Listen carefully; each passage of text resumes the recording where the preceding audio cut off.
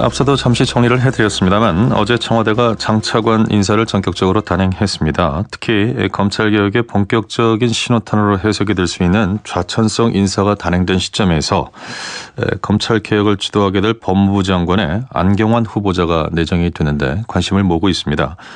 앞으로의 개혁 방향이 어떻게 될 것인가, 더불어민주당의 백혜련 의원 그리고 자유한국당 정준길 대변인 연결해서 말씀 나눠보겠습니다. 먼저 더불어민주당부터 갑니다. 검찰 출신이죠. 백혜련 의원 연결되어 있습니다. 백 의원님 안녕하십니까? 예, 안녕하세요. 예, 고맙습니다. 먼저 그 3명의 아직 보고서 채택되지 않은 후보자 얘기부터 좀 해야 될 것 같습니다. 김희수, 강경화, 김상조 후보자 어찌 될 것 같습니까? 실제로 지금 정치 상황에 비춰볼 때 쉽지는 않은 상황입니다. 야당에서 실제로 세 사람을 한마디로 패키지로 묶어서 지금 처리를 하려고 하는 그런 부분들이 있기 때문에 쉽지는 않지만은 저희 당에서는 지금 최선을 다해서 야당에 대한 설득 작업을 펼치고 있고요. 무엇보다도 그동안 그 인사청문회 관련해서 중요했던 것은 국민의 선택, 국민의 민심 지지도였다고 봅니다. 그러나 이번에 이 세 후보자에 대해서는 지금 국민들께서 다 능력과 자질 면에서 충분하고 지금 상태에서 이 임무를 수행할 충분한 사람들이다. 이런 민심들이 많이 있기 때문에 결국 야당에서도 그런 민심의 척도를 내면할 수는 없을 것이다. 이렇게 보고 있습니다. 강경화 외교부 장관 후보자와 관련해서는 이 신상 문제와 관련된 부분도 그렇습니다만 야당 측에서는 결국 인사청문회에서 보여줬던 자질 문제에서도 문제가 있었던 것 아니냐 때문에 이 강경화 후보자에 대해서는 유독 좀 강경한 것 같은데, 특히 이것이 임명 강행됐을 때는 향후 추경 처리라든가 정부조직법 처리와 관련해서 전국이 급속히 좀 냉랭해질 가능성도 있어서요. 어찌 처리하는 것이 바람직하다고 보십니까? 저희가 처음부터 협치를 얘기했고 했기 때문에 모든 것이 합의에 의해서 처리되는 것이 기본적으로 맞다고 생각합니다. 그렇기 때문에 지금에 대해서 저희도 계속적으로 설득 작업을 하는 것이고요. 문재인 대통령께서 오늘 국회에 오지 않습니까? 대통령이 국회 추경 연설을 위해서 이렇게 국회를 한 것 중에 가장 먼저 빠르게 찾고 있습니다. 그렇기 때문에 오늘 대통령께서도 야당들을 위해서 설득의 그런 메시지를 내놓을 것으로 예상하고요. 이 협치라는 것이 여당만 한다고 되는 것이 아닙니다. 야당도 정말로 대승적인 차원에서 지금 굉장히 국가적인 위기 상황 아닙니까? 또 외교부 같은 경우는 지금 한미 정상회담이 예정돼 있는데 현안이 너무 많습니다. 그렇다면 어떤 정치 공세적인 측면에서 그럴 것이 아니라 정말로 국가 국익을 위해서 발목 잡기가 아니라 함께 협조하는 모습, 그런 모습을 좀 보여주시기를 다시 한번 부탁드립니다. 검찰 개혁 관련 말씀 좀 나눠보겠습니다.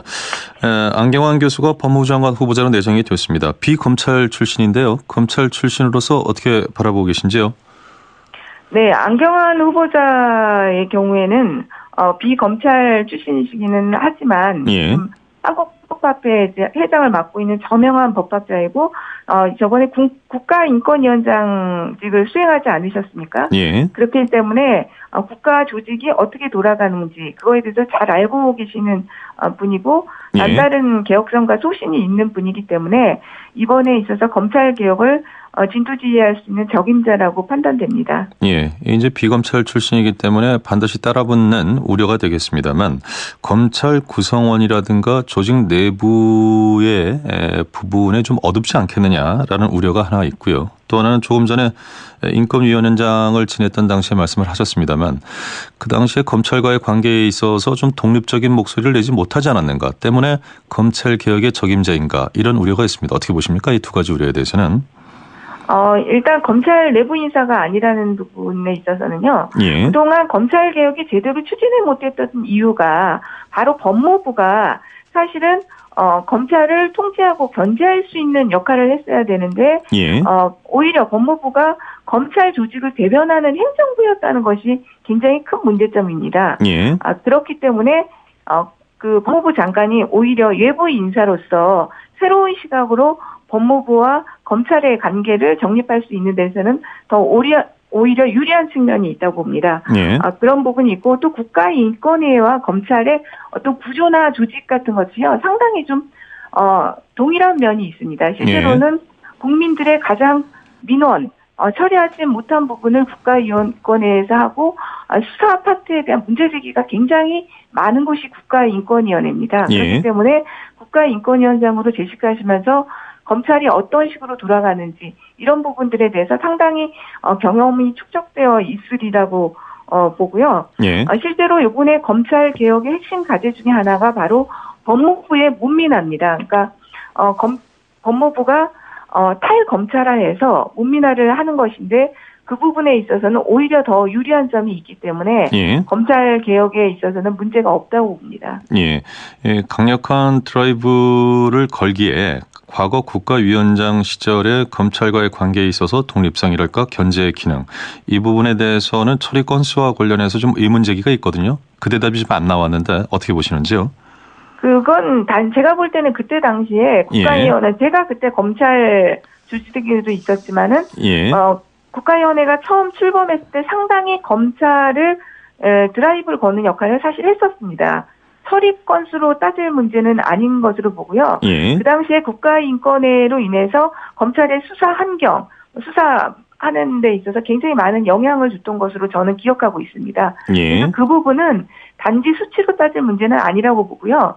오히려 이명박 정부와 박근혜 정부 들어와서 국가인권회가 그야말로 검찰에 대한 견제 조치라는 것은 전혀 없었던 것으로 저는 보입니다. 최근에 있었던 그 검찰 인사 말씀이죠. 좌천성 인사로 좀 평가를 받고 있는데 이 인사는 어떻게 평가하십니까? 사실은 그 이명박 박근혜 정부 9년간에 그야말로 검찰 인사라고 한다면은 코드 인사, 정권 입만용 인사가 단행되었다고 봅니다.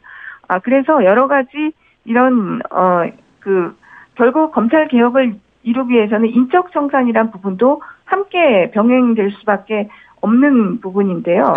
그런 부분에 있어서 먼저 청와대와 법무부가 정말로 그동안 정권에 맞는 그런 수사를 한 부분들에 대해서는 책임을 지는 구조를 보이겠다. 이런 것을 좀 선포한 것으로 보입니다. 그러니까 실제로 이제 그 PD수첩 사건 같은 경우에는 그 PD수첩이 결국은 대법원까지 가서 다 안전히 무죄로 확정이 되지 않았습니까? 그러면 무죄로 난 사건에 대해서는 그 수사를 지휘했던 지도부는 사실 책임을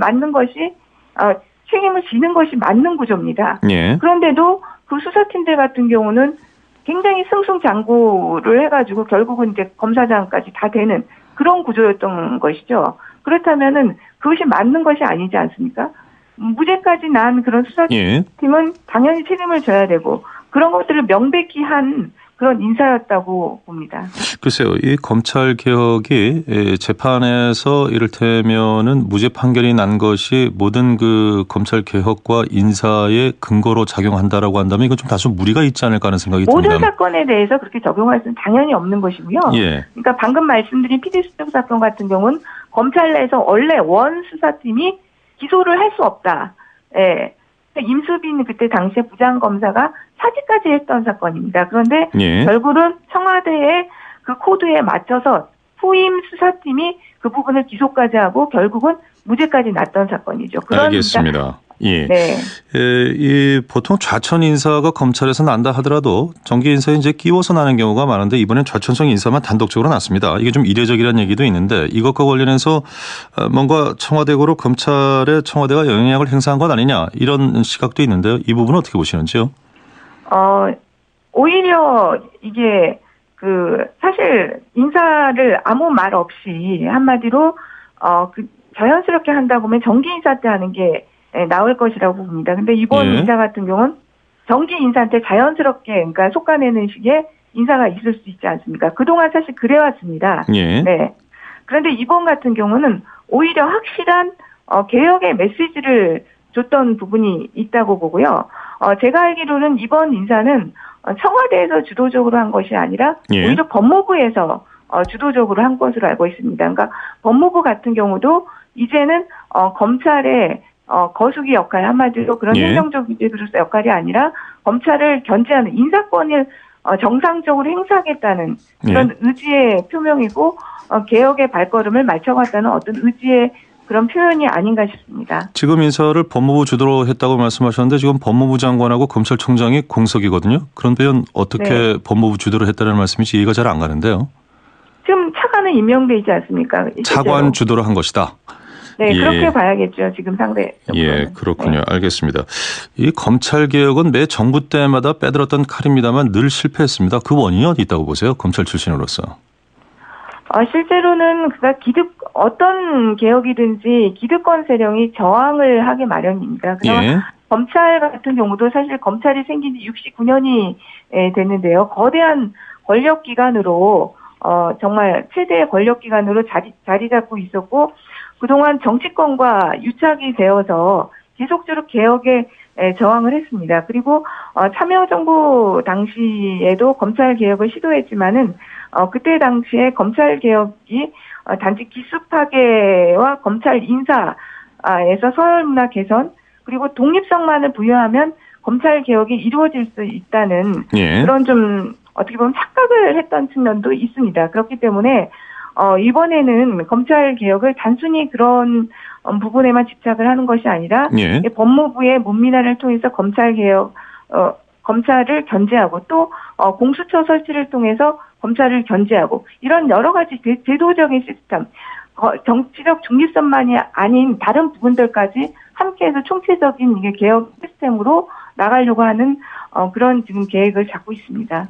법무부 장관의 비검찰 임명을 상당한 좀 개혁의 의미를 두고 계신 것 같군요. 말씀을 종합해 보면.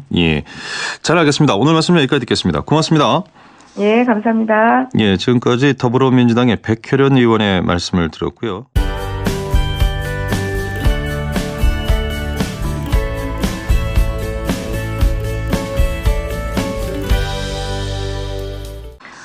저희가 처음부터 협치를 얘기했고 했기 때문에 모든 것이 합의에 의해서 처리되는 것이 기본적으로 맞다고 생각합니다. 그렇기 때문에 지금에 대해서 저희도 계속적으로 설득 작업을 하는 것이고요. 문재인 대통령께서 오늘 국회에 오지 않습니까?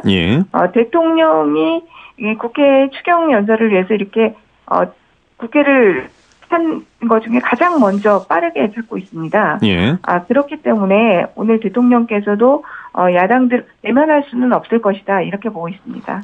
강경화 외교부 장관 후보자와 관련해서는 이 신상 문제와 관련된 부분도 그렇습니다만 야당 측에서는 결국 인선청문회에서 보여줬던 자질 문제에서도 문제가 있었던 것 아니냐 때문에 이 강경화 후보자에 대해서는 유독 좀 강경한 것 같은데 특히 이것이 임명 강행됐을 때는 향후 추경 처리라든가 정부조직법 처리와 관련해서 전국이 급속히 좀 냉랭해질 가능성도 있어서요. 어찌 처리하는 것이 바람직하다고 보십니까?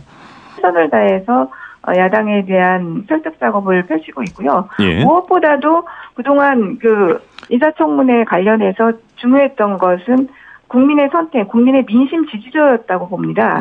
그러나 이번에 이 세 후보자에 대해서는 지금 국민들께서 다 능력과 자질 면에서 충분하고 지금 상태에서 이 임무를 수행할 충분한 사람들이다. 이런 민심들이 많이 있기 때문에 결국 야당에서도 그런 민심의 촉도를 됐습니다. 백 의원님 안녕하십니까? 안녕하세요. 고맙습니다. 먼저 세 명의 아직 보고서 채택되지 않은 후보자 얘기부터 좀 해야 될 것 같습니다. 김희수, 강경화, 김상조 후보자 어찌 될 것 같습니까?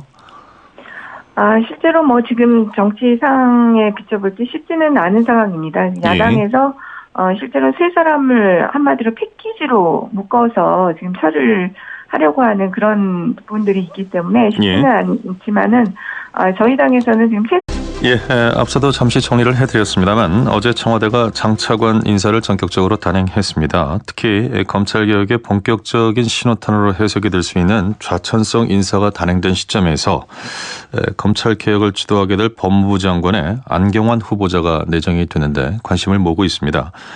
앞으로의 개혁 방향이 어떻게 될 것인가 더불어민주당의 백혜련 의원 그리고 자유한국당 정준길 대변인 연결해서 말씀 나눠보겠습니다. 먼저 더불어민주당부터 갑니다. 검찰 출신이죠. 백혜련 의원 연결.